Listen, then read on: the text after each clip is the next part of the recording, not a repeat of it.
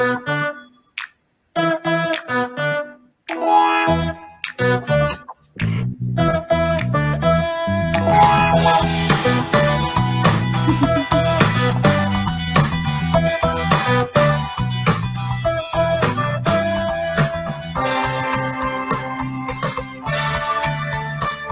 is this just Nashville, or is this every startup chapter? Yes. I'm so happy to be here with you. This is the Bridge series. The Bridge series is one in which here in Nashville, the Nashville Startup Grind chapter once knows that Nashville is heavily programmed, but I would like to bridge the gap between the silos that are here within the Nashville chapter. And even though Startup Grind is about startups and technology, I, of course, don't have any ties into the arena of that in Nashville. So I'm so happy to have Aireka Harvell here, who actually has an app and has actually been in other parts of the nation, maybe even globally. I'm not sure. We'll find out. Talking about her app and has all the understanding about technology, as well as being a Black woman in technology, which is very unique and amazing in itself. And so I cannot wait to learn more about Aireka today, and for me to present her to everyone. So hello, Aireka. Tell us all about yourself. Tell us just in the beginning, like, how did you get into it? Just everything that you want to share, just go. Sure. So as you've mentioned, my name is Aireka Harvell, and I am a startup founder of a marketing technology startup called Nodat, which we are a hyper-local marketing platform that targets prospective customers for small businesses in highly specific geographical areas to help them generate repeat revenue. And we started in 2017, where, I got the idea from, just seeing a need, not knowing what was going on in Nashville. Nashville has been changing so much since the early 2000s. I would say 2008. Nashville became the it city, and I didn't quite know what was available in Nashville anymore, especially locally. Like, we knew about the national change because they could spend a lot of money on advertising. And so my son came to me and mentioned a water park that we didn't know anything about all summer long. And after finding out that only one person knew about it, we talked about, how cool it would be to have an app that actually rewarded locals for sharing what they know that was available in local areas to help small businesses get their marketing out there. Started building the app in 2017, got a lot of traction because our first platform was actually like the TikTok of small business, where we focused on video reviews. And during COVID, we learned that that was just something cool to have, and we were not necessarily solving a problem for small businesses, and pivoted to building out the platform that we have now, which focuses on also acquisition, but getting those customers to come back, helping the small businesses stay connected to those customers and connecting to them as they drive along, connecting with them on their mobile devices. Specifically the people who are looking for Black-owned businesses near me or women-owned coffee shops near me, and catching them as they drive by. Doing it in the South, in Nashville, was not normal. Platforms, specifically in Nashville, because Nashville is known for country music and it's known for healthcare. And so building a marketing technology company as a Black woman in the South, specifically in Nashville, is I don't know what the word for it is, but like, I'm the first one to do that. So yeah. Revolutionary. Yeah, revolutionary. Yeah. And some people might say crazy. Well, Yeah. that's how change happens. Somebody Yeah. has to be radical. Yeah, exactly. Mhm. Exactly. That's why I Um, wanted to talk about building like what it takes to build a successful tech hub like Silicon Valley. 'Cause I know that Nashville has that goal of being the next Silicon Valley. And we have the means to do it. It's just, do we have the right recipe to pull it off? mm. So, what would you say the right recipe is? Well, I would say that is diversifying, diversifying tech talent, diversifying the successes of startups, um, not only just from the founders' perspective, but also diversifying the types of startups that come out of Nashville that actually succeed. I know one of the uh, requirements to have a successful tech hub is you have to have a niche. You have to have an industry niche, and Nashville has that. But at the same time, Atlanta also is an up and coming healthcare tech hub. You have a lot of tech companies coming out of Silicon Valley. And so, but one thing that Atlanta and Silicon Valley does really, really well is that they diversify the type of tech companies that they actually birth and help scale.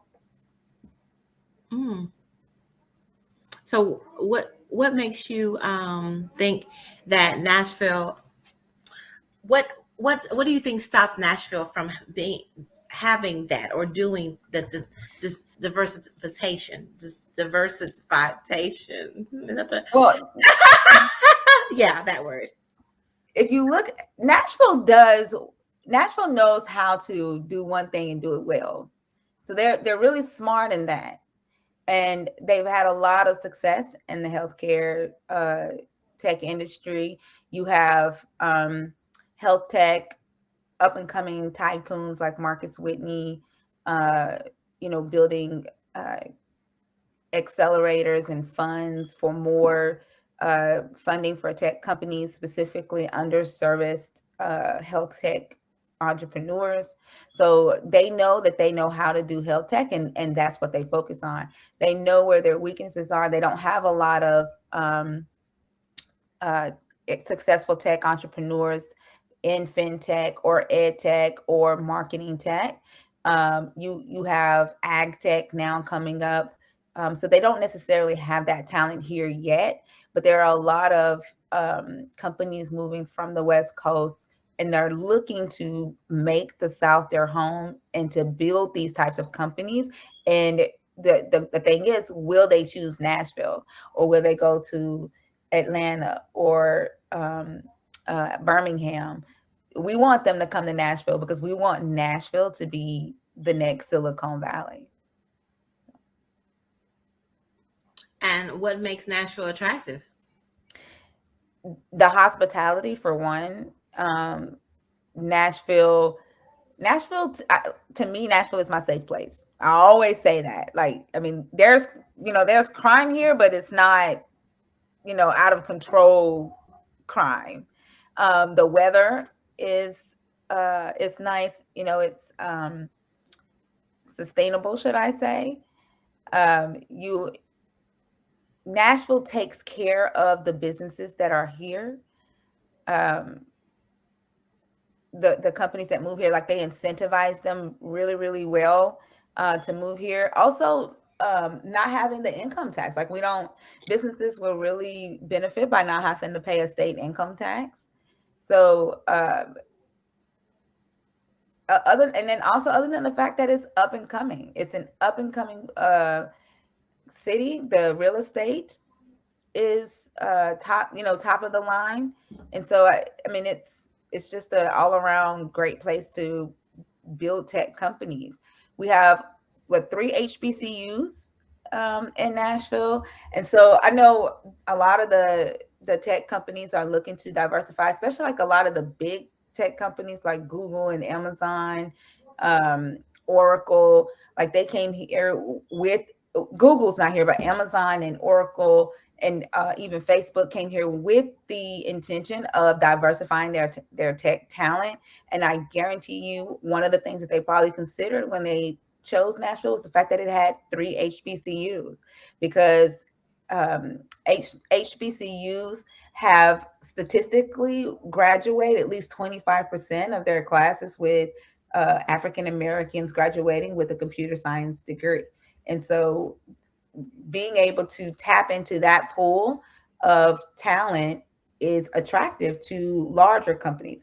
It'll be even more attractive and beneficial for startup founders who are just starting out, who can go to these graduates and either start a business with them, or bring them on as early first hires. So you really have sat and thought through this, even though and this is particularly for healthcare, but you're a marketing. Mm-hmm. So what about you? Yeah. So early on, Marcus Whitney actually told me that I needed to go to the West Coast. And I just didn't feel that. I knew this is before the whole Nashville is the next Silicon Valley. I knew it. I could feel it in my stomach. I saw it. It was like the gold rush was getting ready to happen. And I was like, I don't think that's it. I want this to be Nashville's app. I want Nashville to the first marketing technology. I'm sorry, my light keeps going up. The first marketing technology unicorn that it comes out of Nashville. Like, this is something that Nashville has never done before, and I want to be a first. Like, and so it is harder when you're trying to change the behaviors, trying to change, what's already there. But like I said, when you have companies like Amazon, Oracle, um, moving into the city, then you can see the possibilities of the potential that's going to come. If I don't do it, someone is going to do it. Although Nashville is big about healthcare, you have up and coming ed tech platforms like Possum. Yes. Nashville had never birthed an ed tech platform before, and Possum's doing really, really well in the um, Nashville area.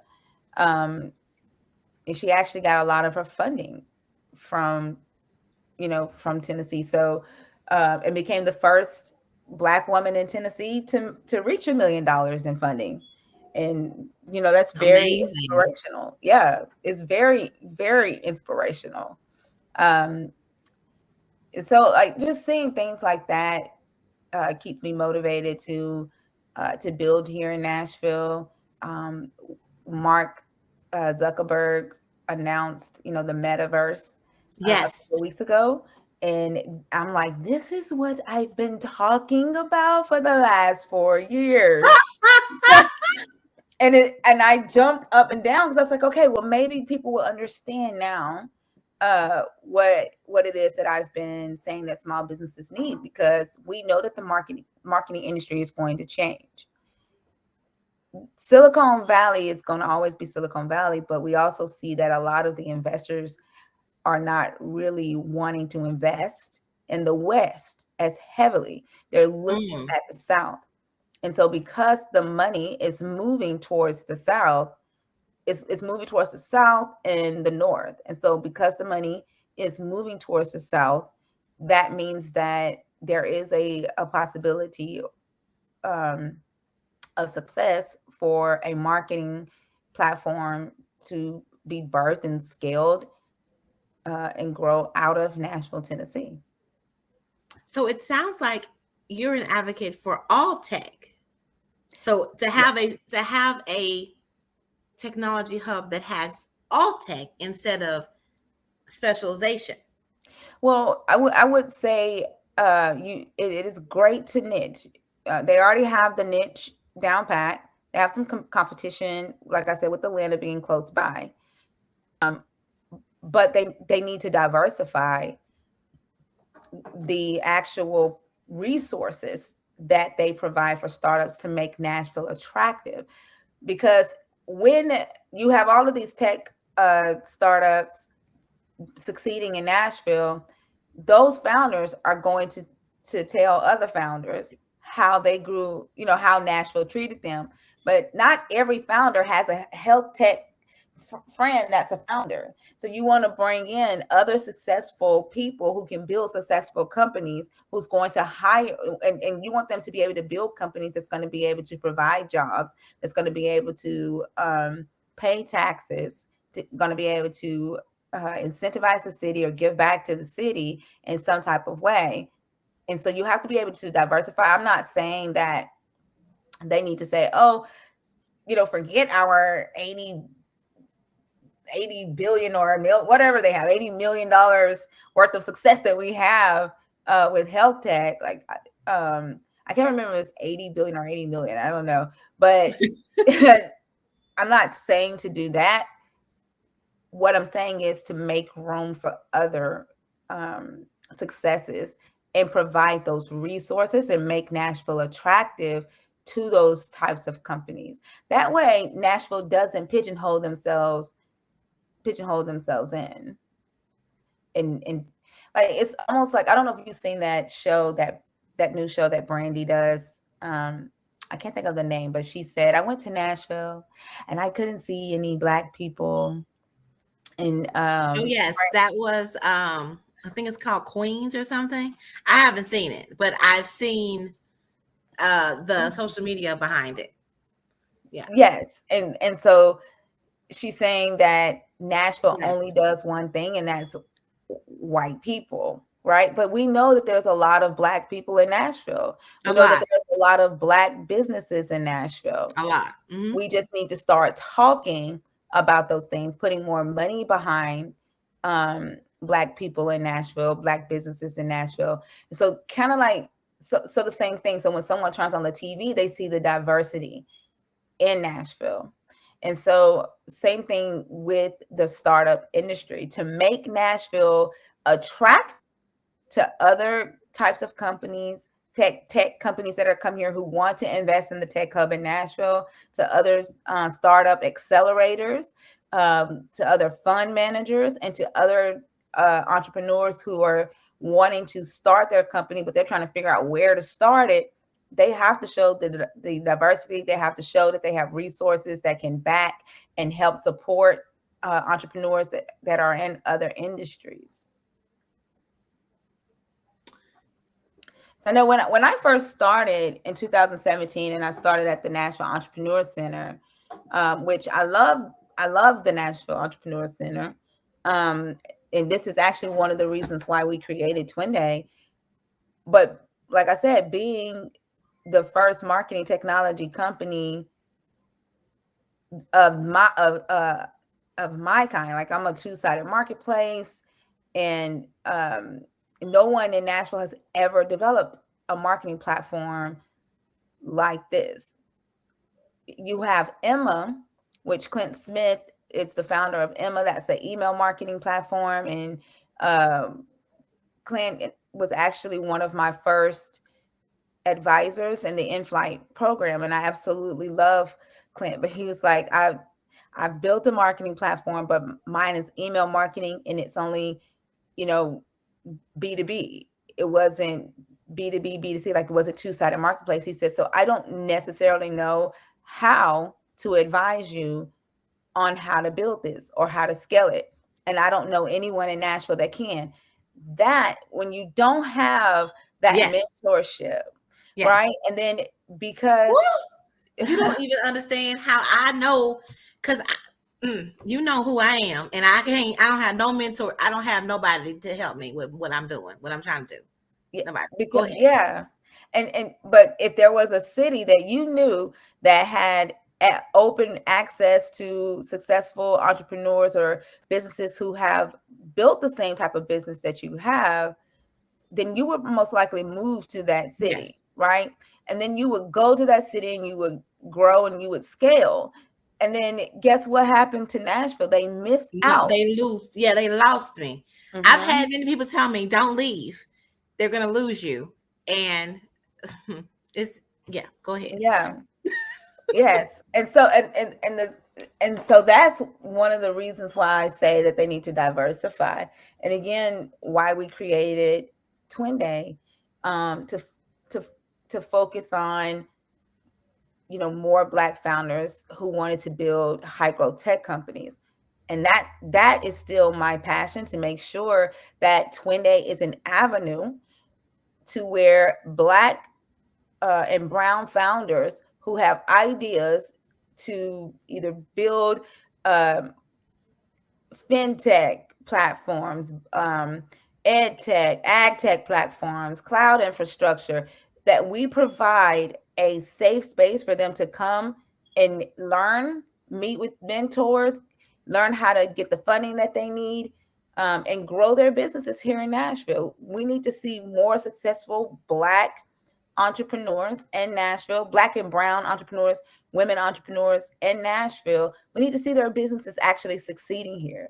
Because if not, it's the talk is that it's health tech. If you're not in health tech, you're not going to succeed in Nashville. If Well, I have to say tech, period. I mean, to be honest with you, as someone who I am not in tech, I'm in service. And then I see a lot of, and I work with a lot of product people who do products. It's not a lot of tech with Black and brown people at all. Like, I'm not seeing a lot with Black, brown, and Black people at all. Yeah. And Nashville needs to support them. And I know, like, Twin Day, that's what we Can want you for talk Twin about Day. Twin Day? Tell us about you. You mentioning it, but you're not saying, what you've done, how you did it, why you did it, all of that about Twin Day, because this is something important that the world needs to know, what you created with Twin Day.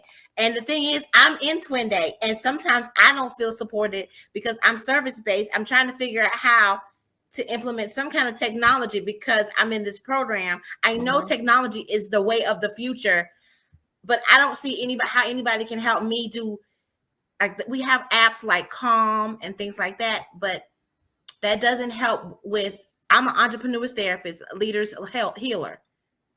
It's a different feel than, okay, go ahead.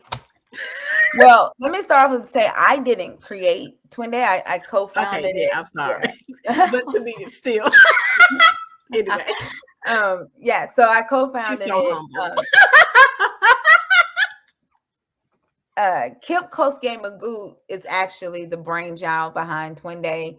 He saw a need. He was dealing with trying to get funding for his fintech startup. And then he went to Shawnee Dow, and Shawnee and Kip came to me. And we all three did it together. And it first was supposed to be just a 3-day event to help us raise money for our startups. We were providing curriculum for Black founders, and we had a private investor dinner the night before the actual event. But I marketed the event. That was my role, was to market the event, and I marketed the heck out of that event. And it just went wild. We had 150 Black founders show up, and they were all over social media talking about how they had not seen anything like that in Nashville. And we were just on cloud nine after the Twin Day event, and we just started like texting each other. It's like, this has got to be an annual thing. Or Monique Villa told me at the event, she was like, y'all need to turn this into an accelerator. She was like, y'all need to turn this into a cohort. And so I text all the co-founders and Brandon. I was like, hey y'all, Monique said we need to turn this into a cohort and end up growing it to a fund. And so we did that. And now the state of Tennessee, the governor has adopted it, money Yes. behind it, and it's now all over Tennessee. And we're starting the new cohort soon. It now comes with like one-on-one coaching, and Shawnee and some members of the board have raised some funds. So now we're giving grants to some of our past alumni and new uh, cohort members. And so we want to be able to do that and let that be a continuous thing so that we support them, so that y'all are learning that what you're learning, you're able to have the funding to be able to execute.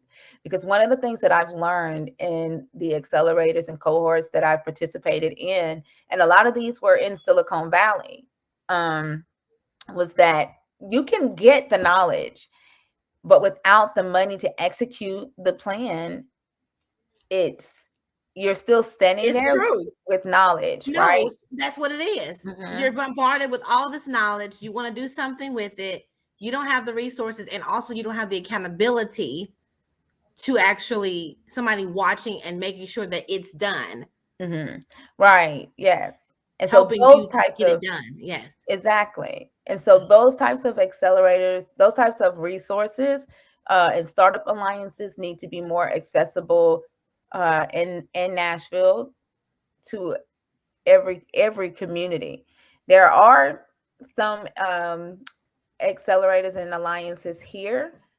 I don't know many of them. Like I know, like I mentioned, the Nashville Entrepreneur Center, Launch Tennessee. Launch Tennessee is a great resource. However, sometimes I feel like they may be more geared towards higher in or later stage startups, and so there's not really a lot of let me say there's resources by the way of information Yes. and like maybe a few networking events that minority founders feel comfortable enough to attend because they're on that stage, but not necessarily funding, not necessarily mentorship, where industry Speak. agnostic mentorship. And so I think that they could do a better job at that, a better job at listening to Mm. to founders who You know, that's a skill that most people don't have. yes. Because I sometimes I think too, it's hard to talk about these things because you don't want to be seen as, you know, someone I who don't care. is That's why I get blackballed. that's it. Like you don't want to get blackballed. And I don't I want to do, say and I'm okay with that yeah. because I'm gonna keep talking. They keep letting me in. You should have let me in.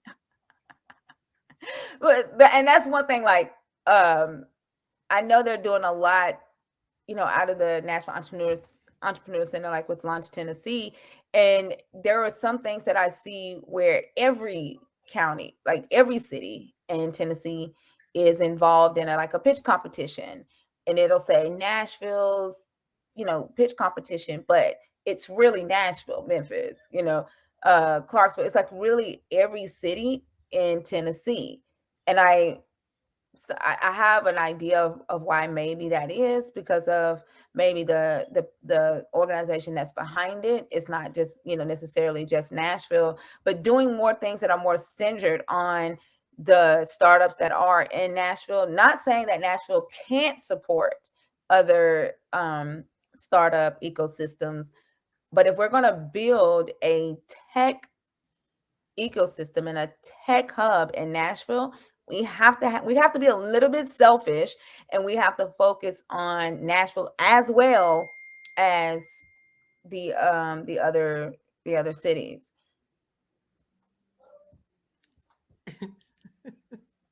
Yeah. I mean, and like You it know, doesn't make we're sense. taught we're skirting around certain things right now. You know that, right? Like I I do. I don't like, and I'm the kind of person, I'm gonna talk about the elephant in the room. That's how I am. You can decide to talk about it or not. That's all I want to say is it's Yeah. the reason why you're here as a bridge series, I because always try to be good. I always try to be, but I'm not the one. yeah, politically correct. I don't have time for it. I'm too tired. I'm tired. I'm Yeah. tired. Mhm. Look, I'm a part of listen, I'm a part of every single I'm in corner to corner. I'm on the board of the Nashville Business Incubation Center. I'm in Twin Day, ma'am. I'm talked to Charles on with Launch Tennessee. I know all the different peoples, and everybody still they play around with connecting. They play around with what the meat of what needs to happen. You have to listen and hold people. If you want to, people have to decide that this is the one, this is the people we're going to esteem, and they are diversified, and they are going to highlight Nashville. Mm-hmm. But everybody's like crabs in the barrel. Because they're pushing all this education out that people are they're being assaulted by all this programming, and they don't know what to do with it. Mm-hmm. I try to tell people, okay, they have all these grants for y'all. I put it out there, but people are afraid to do pitch competitions. They don't know how to do a pitch competition. They don't know how. Yeah. That's not what they're teaching. They're not teaching you specifically. They're not training you to show up for what you came in here and you said all this stuff. And I was just like, because you are poised and you know exactly what you're representing. They have no idea. They just have this great idea, and they want it to grow, but they need the guidance around them to say the right things to get the money. Mm-hmm. Right. And they don't have that. And that's, like I said, that's one of the things that I want to make sure of, like with Twin Day, and why I work closely with it, because I want to make sure that that it keeps the spirit of why we created it. And we created it to make sure that it becomes an avenue, a partner to minority founders who want to build high growth tech companies, and not just focus on like not even just high growth tech companies, tech enabled companies that use technology in their business to service their customers, right? And so, because we don't want minority businesses are already behind. There's already this large gap. And so it's horrible. Mm-hmm. I went to a store. I just want to say this. I'm in Clarksville. I decided to go into this store. It's called the Four Quarter Store. I don't know why I decided to go in there. I went in there, I looked around, I saw the lady at the register, and I said, "This is your store? How sweet." I looked around, I said, "Oh, it has such amazing things. I got these earrings from there." And I thought, I hadn't seen anything like this. Oh, wow, this is sweet. And it has lots of different things. It was like a Dollar Tree, but some of the things were not more than $1. But it's a store sitting there, no publicity. I looked at their Facebook. They haven't done anything with their Facebook. They don't have no website. No one knows they're there. They don't have a balloon out front. They don't have nothing. And I think, how are they surviving? And this is the thing, right? And so you have those type of businesses who aren't doing any type of marketing online, they're going to be really, really, really behind. Then you have the ones who do marketing online, but they don't go any further than Facebook or Instagram or TikTok. And they're going to be really, really far behind, especially with the metaverse coming. And so this is my thing. There is no point in taking you through this when it's already outdated. And so the resources that these businesses who are already behind needs are catching them up to speed to where they can at least understand what's happening with the metaverse. They don't even know. Right. And that's what needs to be taught right now, at this point. Small businesses have, for the longest, I've seen the statistics that 95% of small businesses fail within the first year. Who has been trying to improve that statistic? Who? Right. So can we get it to where instead of 95% of them fail within the first year, can we get it to 90%, or can we get it to nine instead of 95% fail within the first year, can we say uh 95% make it to at least 5 years, right? So that we can at least begin to collect data on what small businesses need in order to successfully build and grow their companies. One thing that we know is that small businesses do not focus on repeat revenue. That's what we found in our research and our customer interviews, is that they've been told by platforms like Yelp, platforms like Facebook and Google, is to get customers, get customers. But nobody Relationship. has talked to them about building that relationship, and how technology can help you in that relationship, can help you reach back out to that customer and get that customer to come back in and spend money and increase the money that they spent last time. Then you take that same customer and turn that customer into your marketer on social media for you. Nobody is talking to these businesses about this.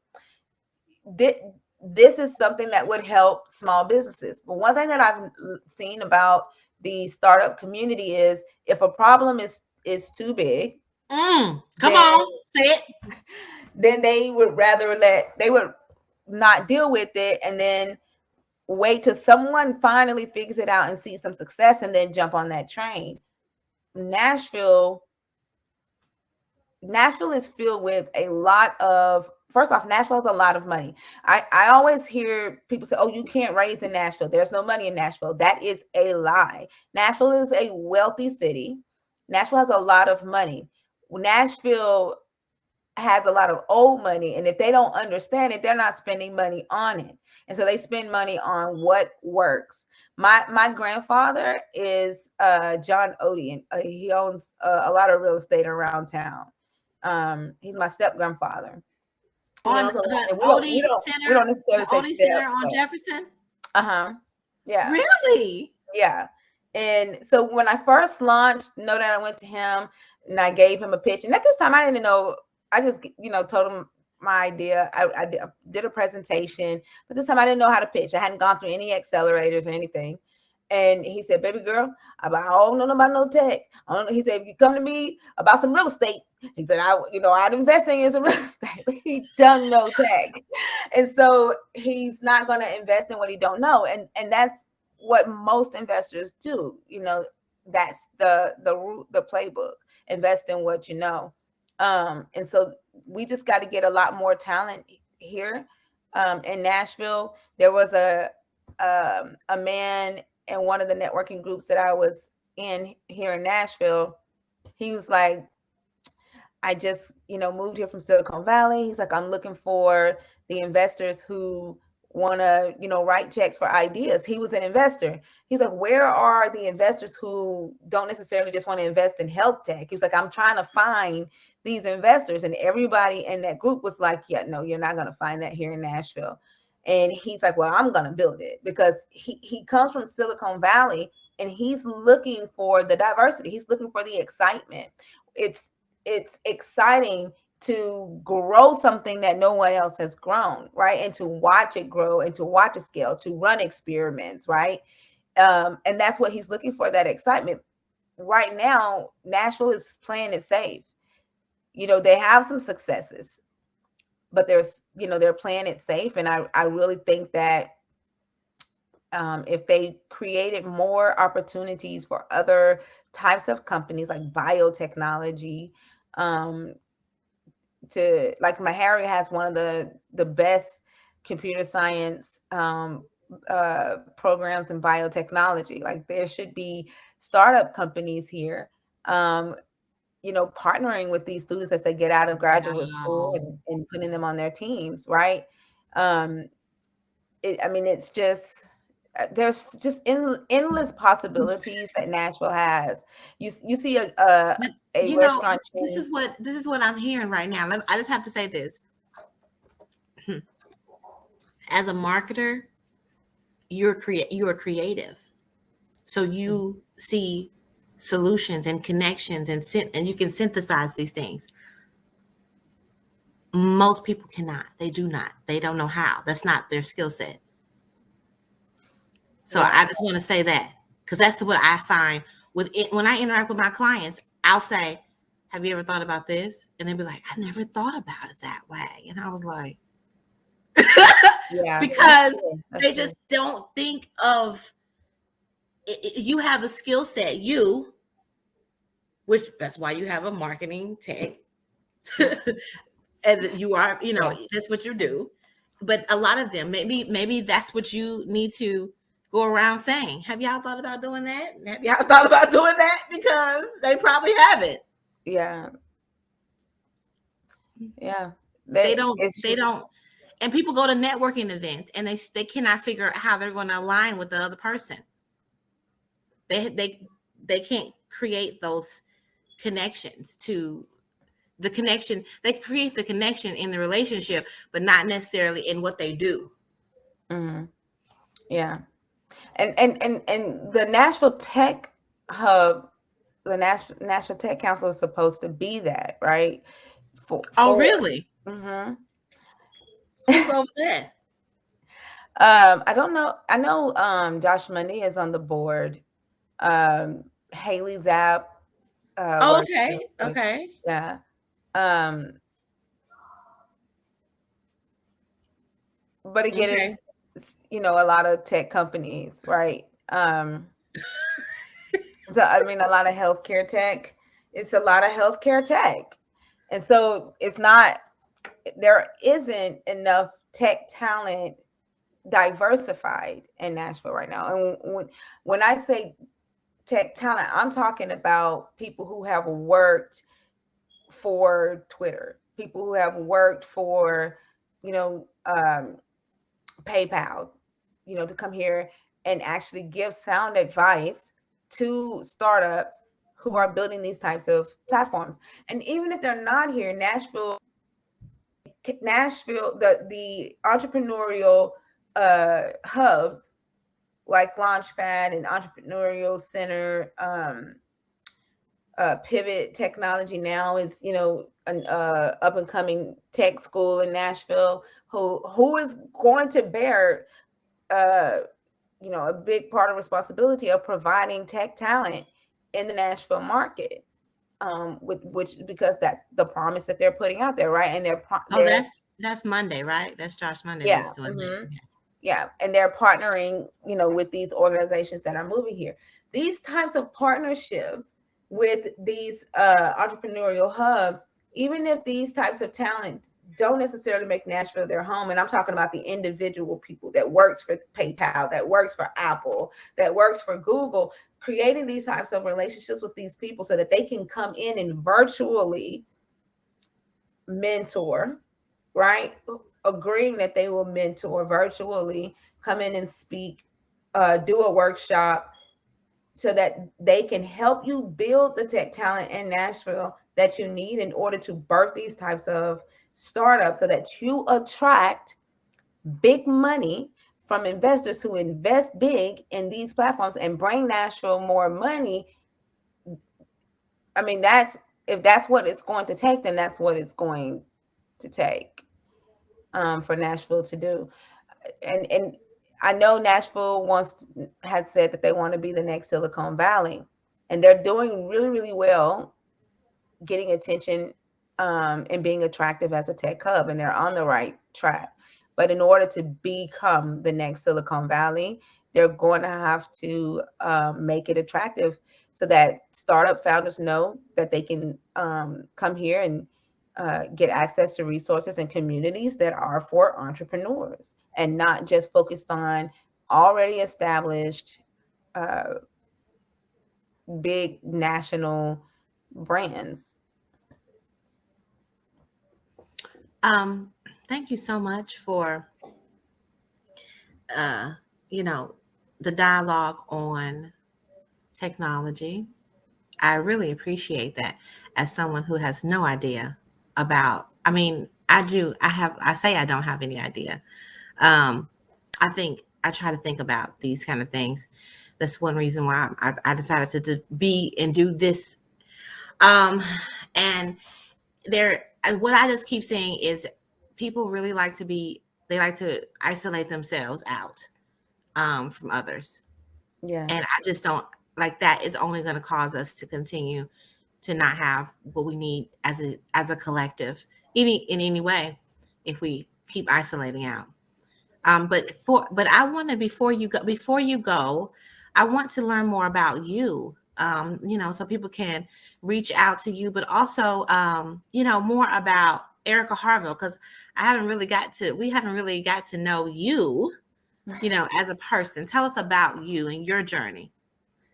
As far as like a founder journey, or No, as far as you as a person, like what, how people can know you and, like, and trust you.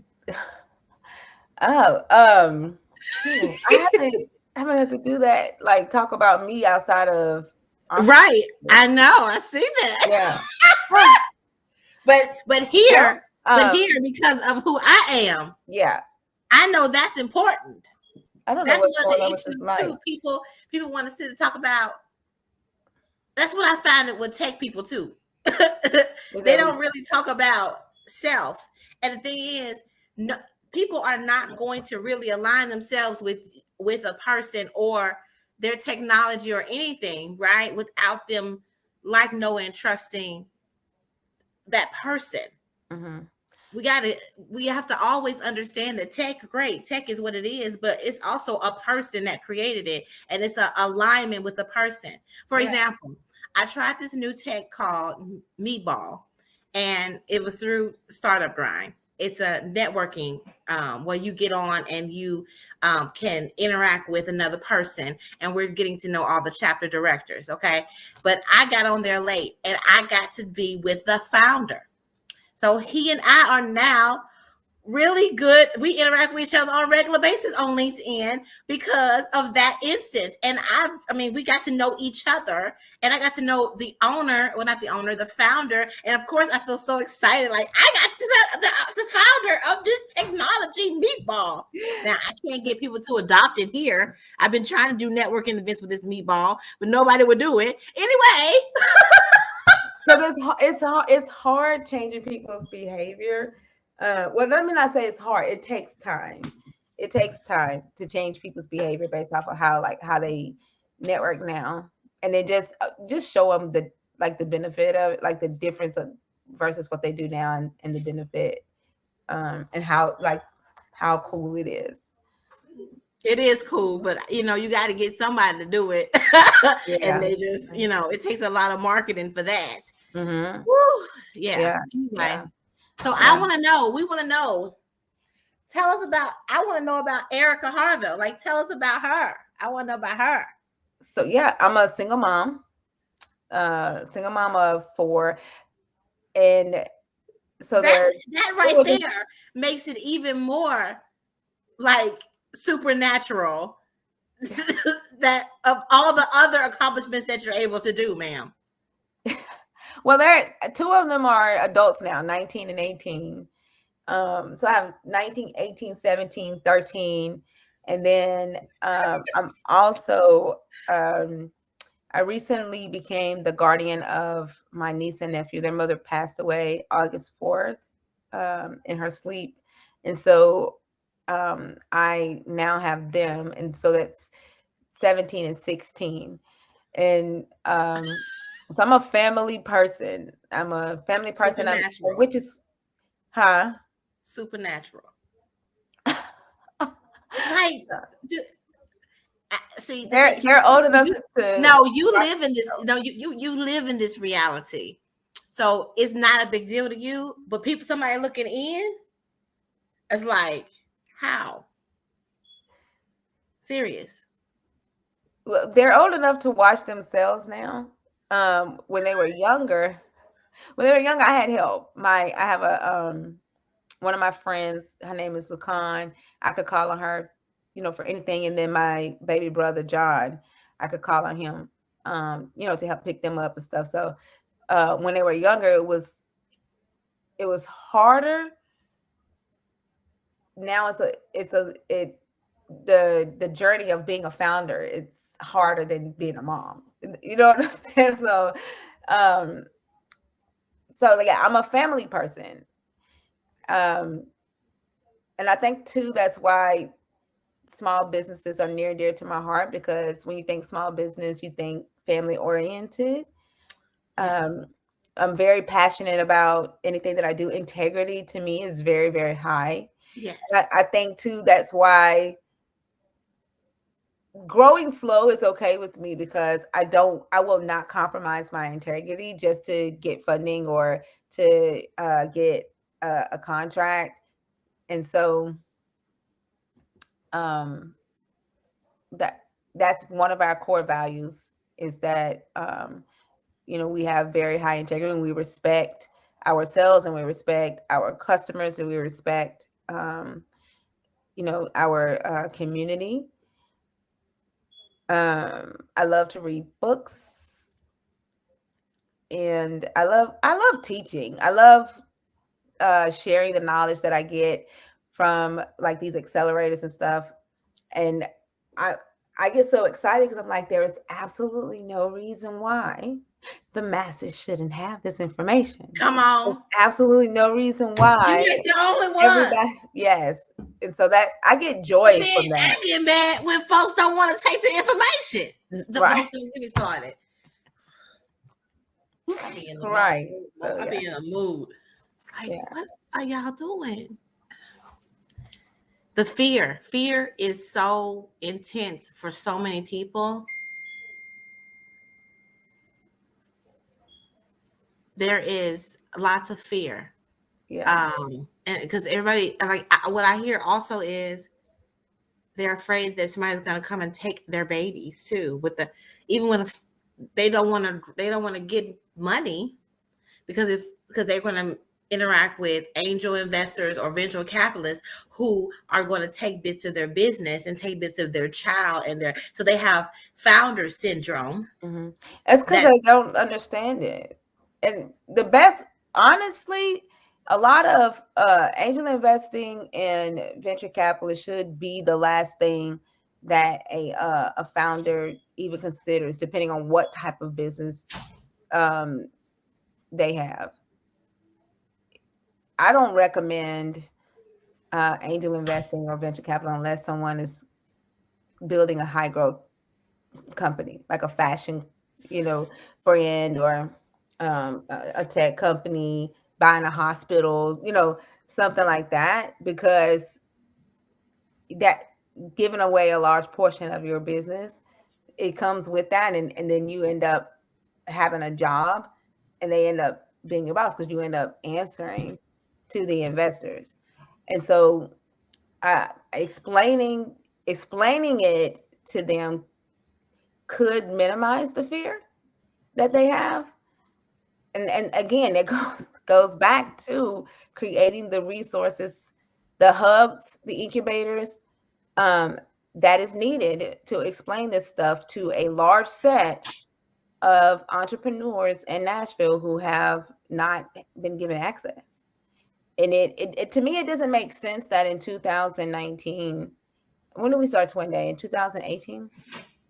Well, we had the 20 event in 2018, but in 2019, to have the first Black and Brown cohort in Nashville, that doesn't make any sense. But unfortunately, that's the reality that we're dealing with. And so knowing that it's only been 2 years, we've only had 3 classes graduate. Um, Even when we had it at the Nashville Entrepreneur Center, some did not understand why we did it there, because they felt like it was not um, meant for minority founders. So if they didn't feel comfortable then, and they're just getting to that point of being comfortable now, and then just now hearing a lot of this terminology, just now getting to this point to where they even can even fathom the idea that this type of thing is even for them and available to them, and within reach. Just It's going to take some time. They're going to have to see successes come out that look like them. Nashville's responsible for that.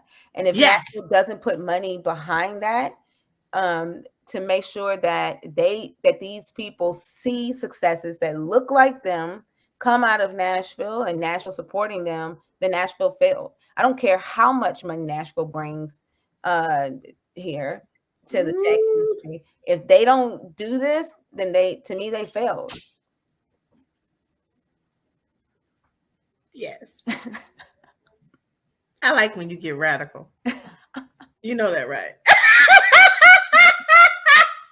Anyway, thank you so much for sharing who you are, because that's important. That makes you, I don't know, it's just is important to know a person, to know their story, because it takes a lot of determination. Like your personal circumstances and all the things that you had to persevere in order to even be here right now at this moment in the stage of where you are in your app, your tech, and I mean, even I mean, I would consider myself to be a very intelligent person, but I don't understand the tech stuff. I just, because I didn't come up, I didn't come up around it, and doesn't, I don't put my mind around it. I just think that I need to be aligned with a person Mhm. who knows that part, and they can listen to know what I feel like needs to be done for client. Like, I can tell you what an entrepreneur needs Yes. to move forward with productivity and profitability, and what I see that they need as something that they have as a technology. I can tell you that, but I have no idea how to do it. Like, that's not, but Yeah. it's about aligning with the right individuals. So it's time is up. Well, I have more questions to ask. I would love to have you come back again. I need more tech people, so if you can send me some more tech people to talk to, because I have no idea. I know that there's a girls in tech in Tennessee here or something. I probably should have Haley come on. I've had Women in tech. Leslie, huh? Women in tech. Is that what you're talking about? The women. Women in tech, yes. Yeah. I don't know. I need some direction. Okay, I need some help with the whole text stuff, because I haven't, like, I don't have my foot in that at all. I'm Mhm. the counseling. I know service oriented things, um, and I'm in Twin Day, but I think that none of us really understand. I think we think everybody thinks app, but it's Mhm. not just that. It's No, not, no, it's it's not not. just that. Mm-mm. No, there's so many facets to how technology can help your business. Um, And and I think that is a training that needs to be done, yeah. right? Hmm. Okay. I know I'm not crazy. I just think I say the things that nobody else says.